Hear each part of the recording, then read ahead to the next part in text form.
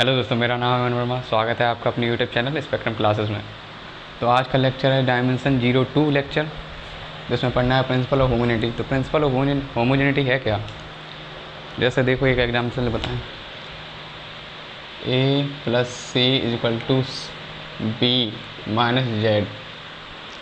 तो ये प्रिंसिपल क्या कहता है कि जो कोई भी इक्वेशन है उसके दोनों साइड जो टर्म्स हैं उनके डायमेंशन सेम होंगे।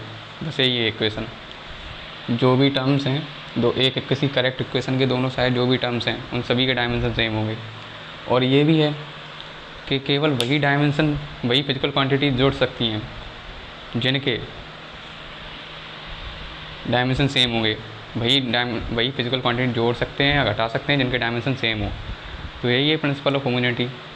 तो जैसे इसकी डेफिनेशन क्या है, इसकी डेफिनेशन लिखें पहले।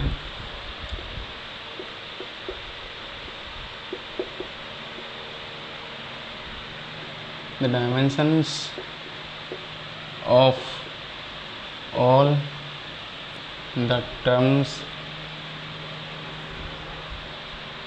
written on the both side of a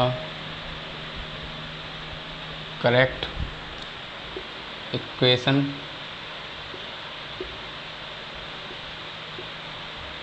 must be same। ये है, किसी भी इक्वेशन में जो दोनों साइड के टर्म्स हैं, कोई भी करेक्ट इक्वेशन ले लो आप, उसके दोनों साइड के टर्म्स के डायमेंशन सेम होने चाहिए। ये है प्रिंसिपल ऑफ होमोजेनिटी। जैसे a plus B equal to C minus Z, तो dimension of a dimension of c दोनों बराबर होंगे। जो डायमेंशन a का होगा वही b का होगा, वही c का होगा, वही z का होगा। तो दोनों साइड के जो टर्म्स हैं या जो भी टर्म्स हैं एक करेक्ट इक्वेशन में, उन सभी के डायमेंशन सेम होंगे। जैसे कि और इसका एक और कैसे,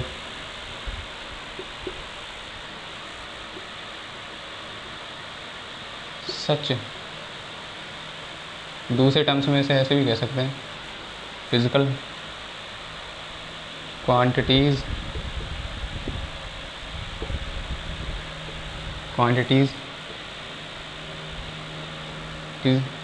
you can add or subtract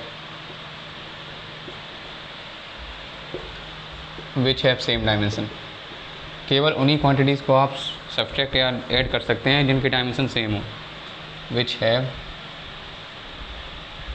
same dimensions, जिनके डायमेंशन सेम हो। Only those physical quantity can be added और subtracted which have same dimensions. तो ये तो हो गया इसके डेफिनेशन क्या है, लेकिन रियल फील तो चाहिए। तो देखो फील, ये नोट कर लो डेफिनेशन। अब देखो, जैसे आपसे मैं कहूँ 2 मीटर में 3 किलोग्राम जोड़ दो, तो ऐसा नहीं हो सकता ना। 2 मीटर रस्सी ले ली और 2 सेकंड टाइम को जोड़ दो, नहीं होगा। केवल वही फिजिकल क्वांटिटी जुड़ेंगी जिनके डायमेंशन सेम है। जैसे 2 मीटर में 3 मीटर जोड़ दो तो 5 मीटर हो जाएगा, और 2 केजी में 3 केजी जोड़ दो तो भी 5। ऐसे ही सेकंड में जुड़ेगा, मीटर में, और किलोग्राम में। सेम डायमेंशन होंगे तभी सेम यूनिट होगी, तभी तो जुड़ेंगे। तो ये प्रिंसिपल ऑफ होमोजेनिटी। जैसे मैं आपसे कहूँ, जैसे एक एग्जाम्पल ले लूँ, example b is equal to U plus A T. सही नहीं लगा, ए टी। तो उसमें डायमेंशन जो इसके डायमेंशन होंगे वही इसके डायमेंशन होंगे, और इस पूरे के डायमेंशन सेम होंगे। इन तीनों के डायमेंशन a का b के बराबर नहीं, ए टी का पूरा b के बराबर। तो इन पूरे टर्म्स, इसका इन सब के डायमेंशन सेम है, ठीक है। तो इस इक्वेशन में b का जो डायमेंशन हो वही u का हो, वही ए टी का होगा। अब कैसे माने सर? देखो, इसी को प्रूव करें। देखो, जैसे B is equal to U plus A T. B क्या है? बी है वेलोसिटी, बी वेलोसिटी है ना। तो वेलोसिटी का डायमेंशन क्या होता है? वेलोसिटी बराबर होता है डिस्प्लेसमेंट अपॉन टाइम। तो डिस्प्लेसमेंट को एल से हम लोग डिनोट करते हैं और टाइम टी से। यू क्या है? यू भी वेलोसिटी है, इनिशियल वेलोसिटी है, फाइनल वेलोसिटी है। तो एल अपॉन टाइम प्लस, अब ए क्या है? ए है एस्केलेरेशन। एस्केलेरेशन क्या होता है? Change in velocity upon change in time. तो B upon T into T, L upon T तो ये है ही, टी से टी गया। अब बी के डायमेंशन क्या है? वो ये डिस्प्लेसमेंट अपॉन टाइम। तो L upon T, L upon T. देखो सबके डायमेंशन सेम है, तीनों टर्म्स के डायमेंशन सेम है। तो ये प्रिंसिपल ऑफ होमोजेनिटी। किसी भी करेक्ट इक्वेशन में जो भी दोनों साइड के टर्म्स हैं उन सभी के डायमेंशन सेम होंगे, या वो घट रहे हों या जुड़ रहे हों, क्योंकि घटेंगे तो सेम डायमेंशन सेम यूनिट। तो ये हो गया प्रिंसिपल ऑफ होमोजेनिटी। अब इसका यूज कहाँ होता है? जैसे देखो, मैं आपसे कहूँ, ऐसे ये भी देख लो example, T is equal to A plus B upon C. T है टाइम और बी है वेलोसिटी। T is time.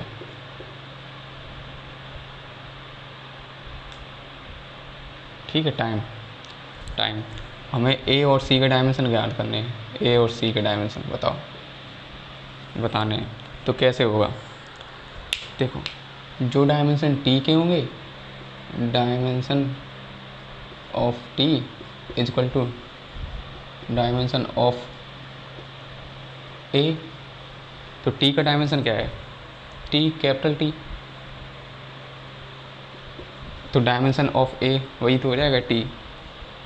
तो चलो, ए तो हमें पता चल गया डायमेंशन टी है, ए का है कैपिटल टी। ठीक है, अब सी का भी ऐसे ही निकाल लो। जो डायमेंशन ऑफ टी है equal to dimension of B upon C. Dimension of T equal to T हो गया। Dimension of B upon C भी क्या है? वेलोसिटी है, डिस्प्लेसमेंट ऑफ टाइम। तो D upon T into 1 upon C. L upon T into 1 upon C है, यहाँ T है। तो यहाँ से सी बराबर निकाल लो। 1 upon C is equal to T ऊपर जाएगा, टी स्क्वायर अपॉन एल। तो एल की पावर माइनस, यहाँ लिख लो चलो। तो टी सी ऊपर जाएगा, C is equal to L T minus 2। ये हो गए सी के डायमेंशन। तो आ गया, बहुत सरल है यार डायमेंशन। ऐसी कोई भी इक्वेशन हो उसमें निकाल लें तो ऐसे ही निकाल सकते हैं।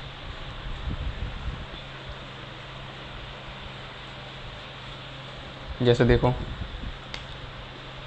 S equal to U T plus half A T square है। तो इसमें जो इसके डायमेंशन है वही इसके डायमेंशन, इस पूरे के डायमेंशन इस तीनों मतलब इसके बराबर हैं। तो एस क्या है? डिस्प्लेसमेंट है। तो डिस्प्लेसमेंट का क्या हो जाएगा? एल। तो एल इसका भी डायमेंशन है, इसका भी डायमेंशन एल है, इसका भी डायमेंशन मतलब एल में है डायमेंशन। ठीक है, तो अब हमें क्या करना है? अब हम करेंगे applications of dimension. Dimensional analysis के क्या एप्लीकेशन है वो देखो। तो यार एप्लीकेशन तो बहुत हैं, बहुत आसान हो जाएंगे सवाल। देखो,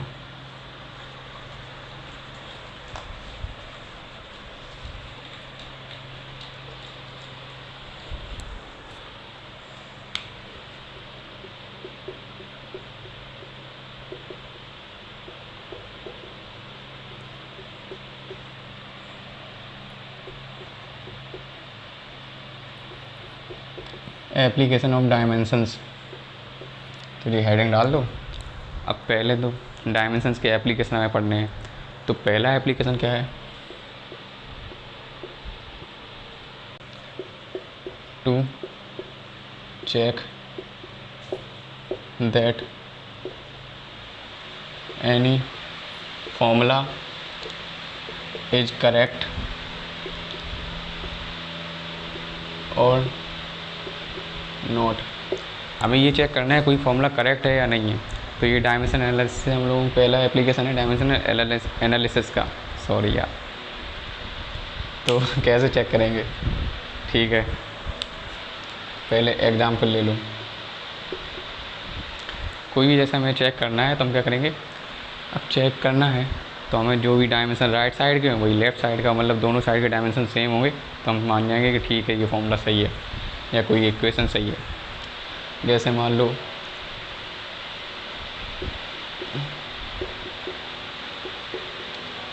जब ऐसे डायमेंशन ऑफ LHS और RHS के डायमेंशन सेम हो जाएं, सेम, तो समझ जाना फॉर्मूला करेक्ट है। तो जैसे T = 2π √L/G। अब ये बताओ ये फॉर्मूला करेक्ट है कि नहीं है, तो कैसे बताएंगे। तो जो डायमेंशन T का होगा वही डायमेंशन L/G का होगा। देखो 2 प्योर नंबर है, प्योर नंबर का डायमेंशन होता नहीं है, डायमेंशन लेस होते हैं। पाई भी कांस्टेंट है, कांस्टेंट का कोई डायमेंशन नहीं होता, ठीक होता है लेकिन इसका नहीं है, ठीक है। तो L/G का जो डायमेंशन T का होगा वही L/G का होगा, ठीक है। तो डायमेंशन ऑफ T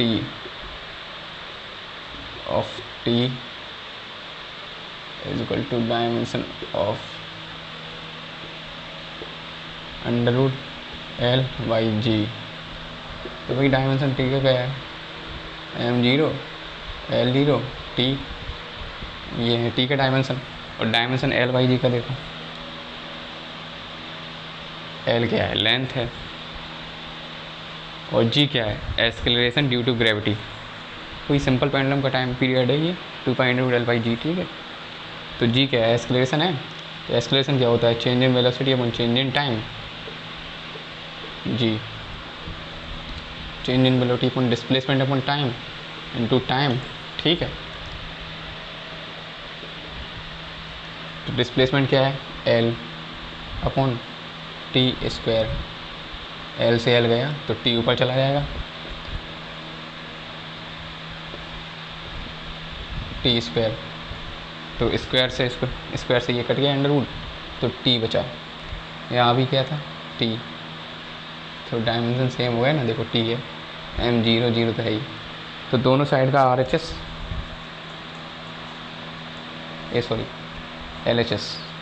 LHS बराबर RHS। जब LHS बराबर RHS के डायमेंशन सेम हो गए तो मतलब फॉर्मूला सही है। और ले लो जैसे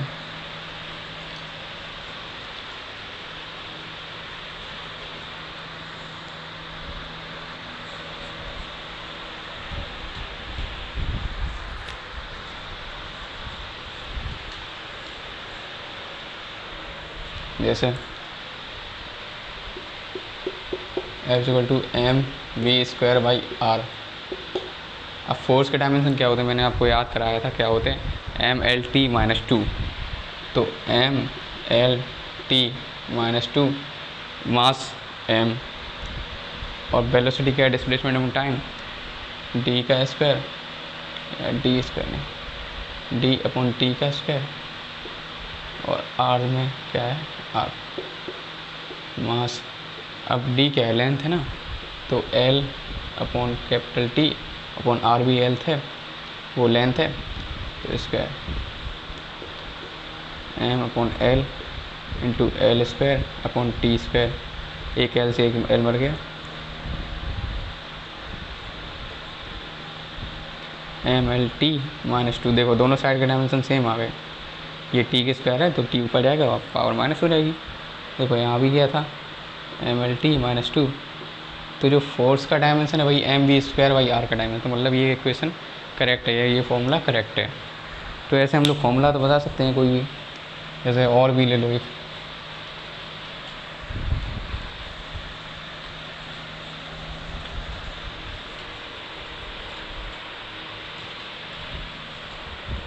जैसे E बराबर mc² है, मास एनर्जी इक्विवेलेंस है ये। तो इसमें ये है एनर्जी, ये है मास और ये है स्पीड ऑफ लाइट। तो एनर्जी क्या है, एनर्जी क्या होता है, एनर्जी वर्क है, वर्क ही एनर्जी है। तो वर्क क्या होता है, फोर्स इनटू डिस्प्लेसमेंट। वैसे मैंने आपको याद कराई थी एनर्जी क्या होती है, ml² t-2 ml E का डायमेंशन। कोई भी एनर्जी हो, काइनेटिक एनर्जी हो, पोटेंशियल एनर्जी हो, तो ये होते हैं डायमेंशन। तो सीधे लिख लो, या फिर सीधे का वर्क बराबर फोर्स इनटू डिस्प्लेसमेंट या लेंथ। तो फोर्स क्या क्या है, ml t-2 और लेंथ तो ml² t-2, ml² t-2। ये हो गया एनर्जी के डायमेंशन। m मास है, capital M, into c velocity. Velocity का होता है l t-1 स्क्वायर कर दो भाई, length upon time, displacement time, velocity क्या है, डिस्प्लेसमेंट अपॉन टाइम। तो t ऊपर जाएगा -1 हो जाएगा, तो अब पूरे का स्क्वायर कर दो -2। देखो स्क्वायर है ना, तो m इंटू l² t की -2। तो ये भी हो गया ml² t-2। देखो डायमेंशन सेम हो गए, LHS बराबर RHS। Prove that this formula is correct, E = mc²। ये तो फॉर्मूला करेक्ट हो गया। अब इसका एप्लीकेशन नंबर 2 देखें, मतलब ऐसे कोई भी फॉर्मूला दिया गया हो आप बता सकते हैं वो सही है कि नहीं है। बस दोनों साइड के डायमेंशन आपको मतलब RHS बराबर LHS आ जाए तो बस समझ लो कि वो सही है फॉर्मूला।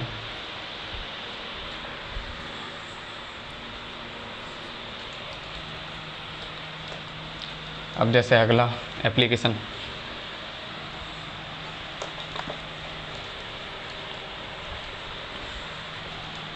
मिट्टी जान, ठीक है। अब अगला जैसे application number 2, second application, second use क्या है डायमेंशन का, देखो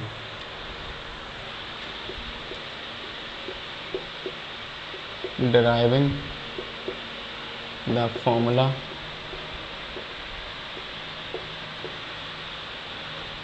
by using the factors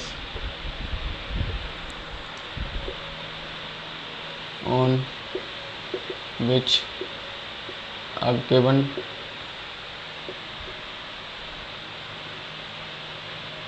quantity depends.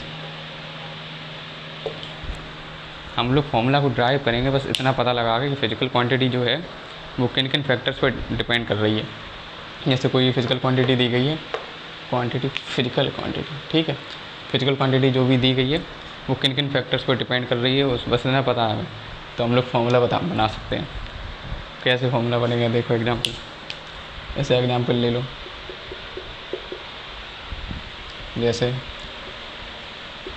जैसे ये टाइम है, टाइम डिपेंड करता है वेलोसिटी पे और डिस्टेंस पे। ये सरल सा दे रहे हैं अभी, फिर आगे अच्छे लेवल के क्वेश्चन भी लगाएंगे अपन को बस पूरा सीखना है कैसे, बस फील आना चाहिए पूरा। डिस्प्लेसमेंट, ठीक है, तो इसका बहुत बढ़िया ट्रिक है, ठीक है। तो आपको क्या करना है, टाइम डिपेंड करता है वेलोसिटी पे, वेलोसिटी b, डिस्प्लेसमेंट d। तो अब क्या स्टेप पहला क्या है, वेलोसिटी पे डिपेंड करता है तो वेलोसिटी की पावर x मान ली। टाइम डिपेंड करता है डिस्प्लेसमेंट पे भी, तो d की पावर y मान लो।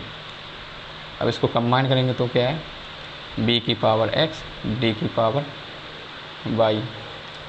अब ये हटाओ प्रोपोर्शनलिटी, के b की पावर x और d की पावर y, इतना हो गया। सॉरी यहाँ गलती हुई, अरे यार देखो टी डायगोनल बी की पावर एक्स और डी की पावर वाई। कांस्टेंट का कांस्टेंट आ गया क्या, ये प्रोपोर्शनलिटी हटाई अपने, तो कांस्टेंट आ गया के, तो बी की पावर एक्स डी की पावर वाई। तो ये इसको आप इक्वेशन नंबर 1 दे दो नाम। ठीक है, अब ये हटा दे रहे हैं हम, ये तो नोट कर ही लिया होगा।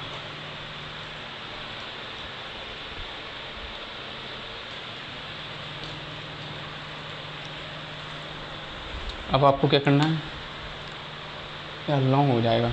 ठीक है, इसके डायमेंशन लिखो पहले, ये लिखो। अब बी क्या है, वेलोसिटी है, डिस्प्लेसमेंट एम टाइम इसकी क्या होती है, एल टी माइनस वन। तो L T minus one power x. और डी क्या है, डिस्प्लेसमेंट, सीधे एल की पावर वाई के, ये हटाओ। अब ये एल की पावर एक्स और टी की पावर माइनस एक्स और यहाँ एल की पावर वाई। अब सेम हैं और इनकी वो पावर जुड़ जाएंगी मल्टीप्लाई में, तो एल एक्स प्लस वाई और टी की पावर माइनस एक्स। ठीक है,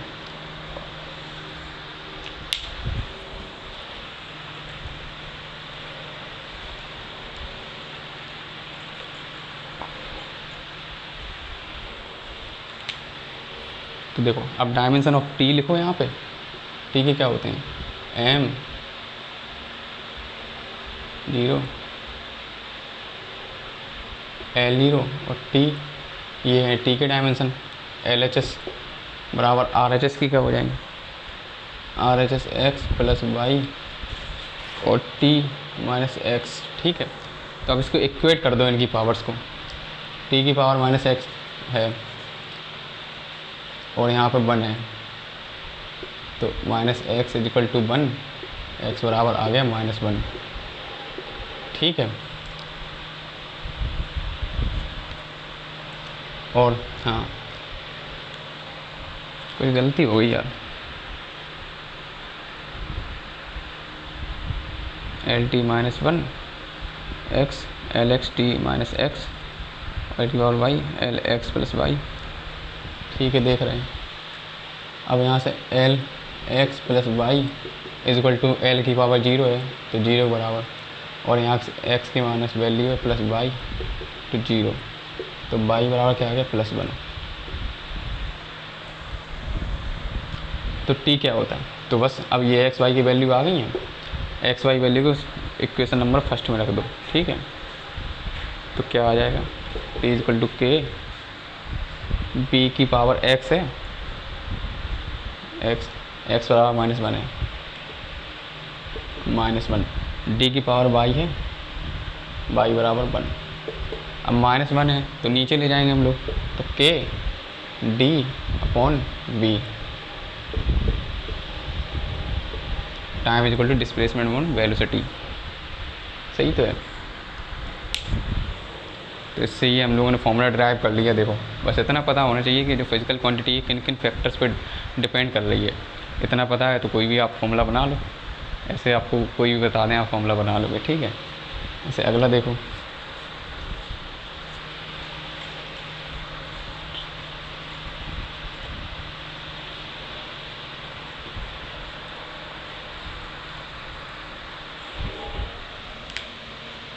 क्वेश्चन नंबर एग्जाम्पल नंबर 2। अब जैसे फोर्स है, फोर्स नहीं, centripetal force acting on a particle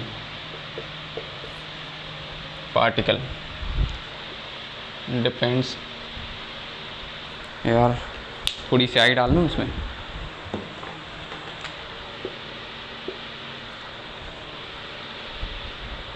particle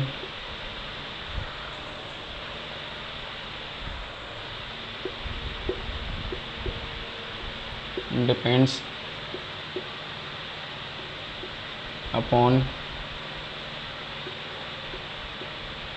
upon the mass of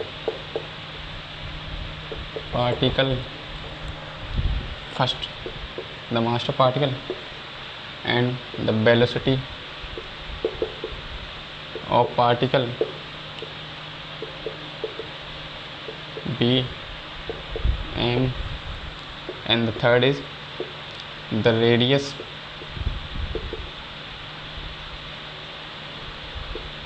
of circle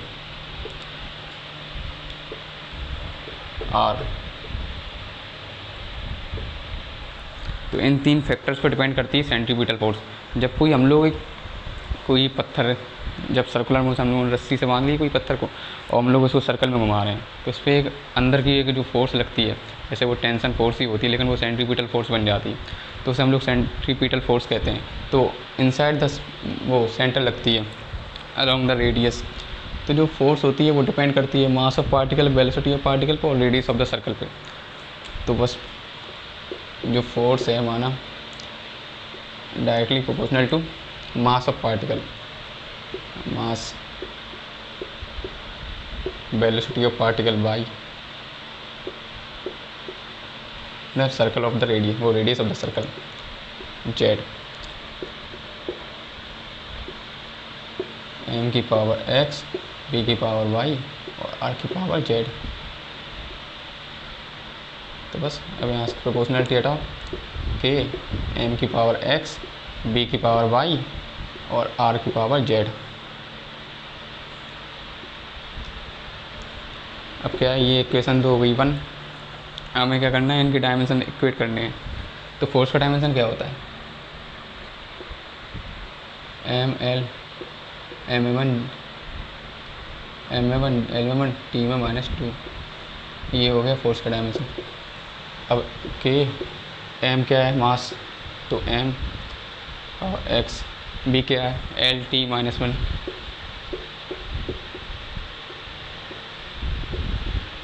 Y, are क्या है एक प्रकार की लेंथ ही तो है, रेडियस है, रेडियस लेंथ ही तो होती है, तो एल की पावर जेड के। तो एम की पावर एक्स, यहाँ पे क्या हो जाएगा एल की पावर -वाई, वो एल की पावर वाई इंटू टी की पावर -वाई और एल की पावर जेड। ठीक है, तो अब ये सेम है और पावर्स जुड़ जाएंगी, एम की पावर एक्स, एल की पावर वाई प्लस जेड और टी की पावर -वाई। ठीक है, यहाँ एम एल टी -2 1 1।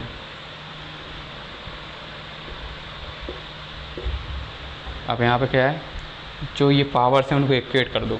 एम की पावर इस पे 1 है, इस पे एक्स है, तो x बराबर 1, सीधे आ गया x बराबर 1। ठीक है, यहाँ पे y प्लस जेड, पहले y कर दो -y, -y equal to -2, y बराबर आ गया 2, x बराबर 1। अब यहाँ पे क्या है l बराबर कर दो, तो y plus Z is equal to 1, l पे 1 है, तो y क्या है 2 प्लस जेड 1, जेड बराबर क्या आ गया 2, इस साइड आएगा माइनस हो जाएगा तो माइनस का 1। तो एक्स वाई जेड के आ गए हैं मान, तो अब इसकी वैल्यू रख दो बस, जैसे देखो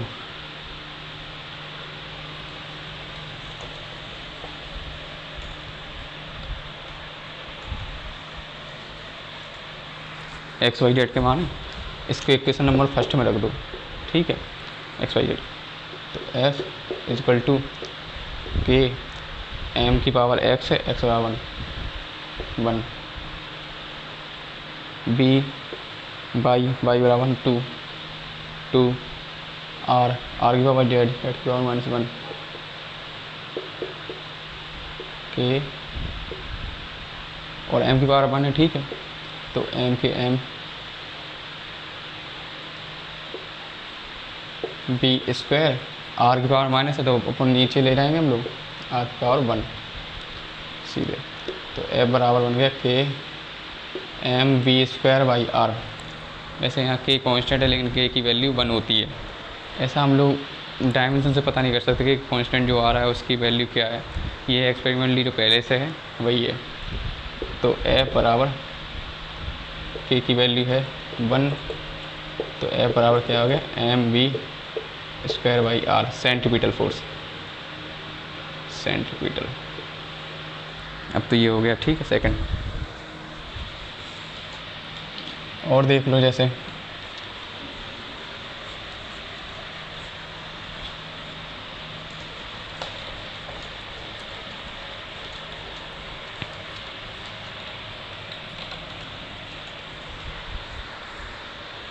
अगला क्वेश्चन तीसरा,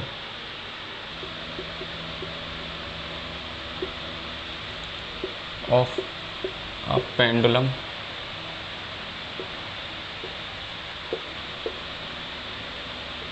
डिपेंड्स अपॉन फर्स्ट फैक्टर क्या है, लेंथ ऑफ वायर L,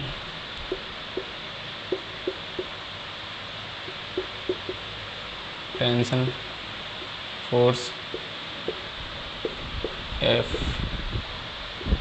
तीसरा क्या है, मास पर यूनिट लेंथ MYL पर डिपेंड करता है, ठीक है। तो ये क्वेश्चन, तो अब इसमें क्या कह रहे हैं, जो फ्रिक्वेंसी है वो डिपेंड करती है length of wire, frequency depend करती है फोर्स पे, टेंशन फोर्स पे, फ्रिक्वेंसी डिपेंड करती है मास पर यूनिट लेंथ पे।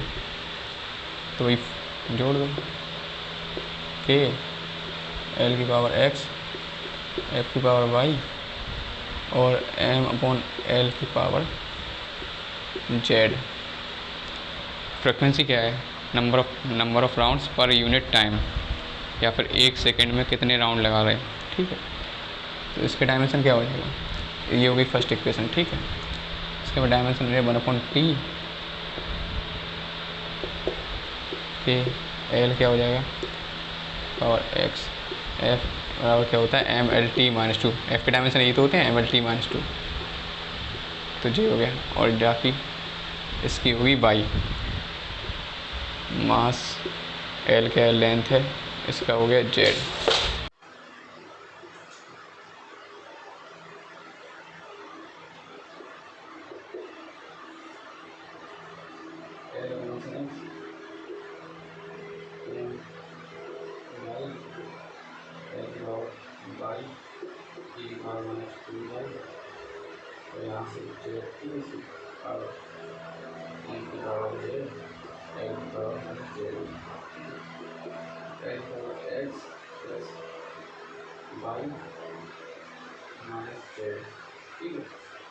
और m की पावर प्लस z और p की पावर -2y, और यहाँ से इक्वेट कर देंगे और इसकी क्या है u -1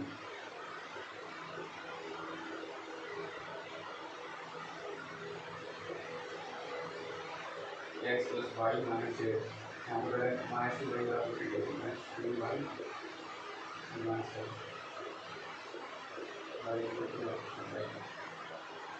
ठीक है, y प्लस z इक्वल टू क्या है 0, तो L0 वो नहीं n0 यहाँ पर 1 बाकी वैल्यू हमारी थी z माइनस ठीक है, अब x plus y minus z equal to 0, x की वैल्यू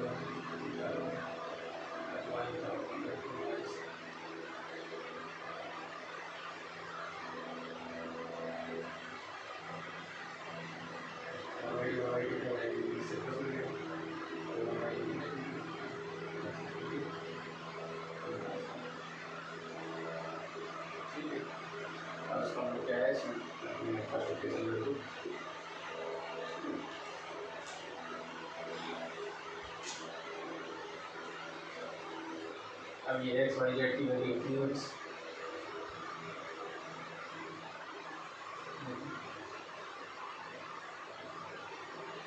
फ्रीक्वेंसी आपका है एक्स और X bar minus one,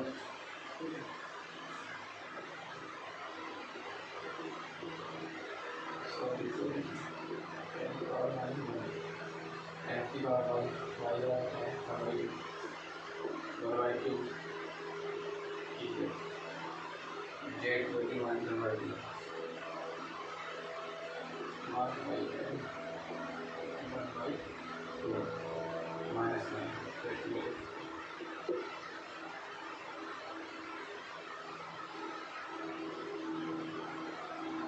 M I ये पूरा मास पर यूनिट लेंथ है, मतलब मास पर यूनिट लेंथ है, और तो मासी ठीक माइनस वन का फॉर्म में एफ, हमने यहाँ क्या रखा था एम वाई एल, लेकिन कि एम वाई एल पूरी मीटर मास तो मासी पर यूनिट लेंथ, मास पर यूनिट लेंथ मास, तो ये under F Y to power M के कैपिटल एम, यहाँ से एम वाई कैपिटल एम के capital M power Y to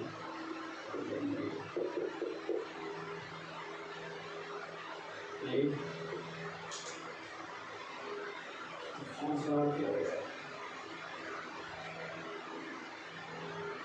frequency our ये one L root F Y M capital M, वो mass per unit length क्या है capital M per unit length में कितना मास होता है, तो मास तो ये हो गया टू, हम इसे एक होमवर्क हो गई, होमवर्क के लिए क्वेश्चन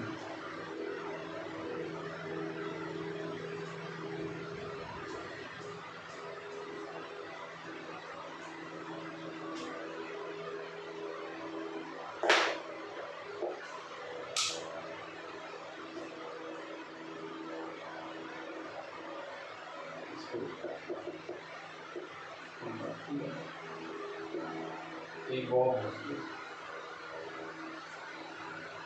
एक मास एम है जो एक इसमें चलाने का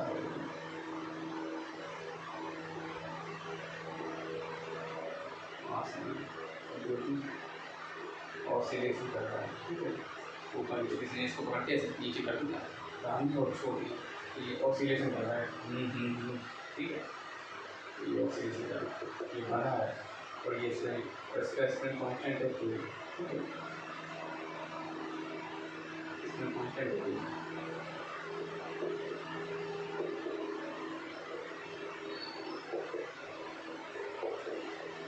ठीक, तो आपको इसका टाइम पीरियड बताना है, टाइम पीरियड का फॉर्मूला बताओ, टाइम पीरियड मास पर डिपेंड कर रहा है पार्टिकल पे और स्प्रिंग कांस्टेंट के, तो टाइम पीरियड का फॉर्मूला बनाना है, तो आपको ये कमेंट करना है, कमेंट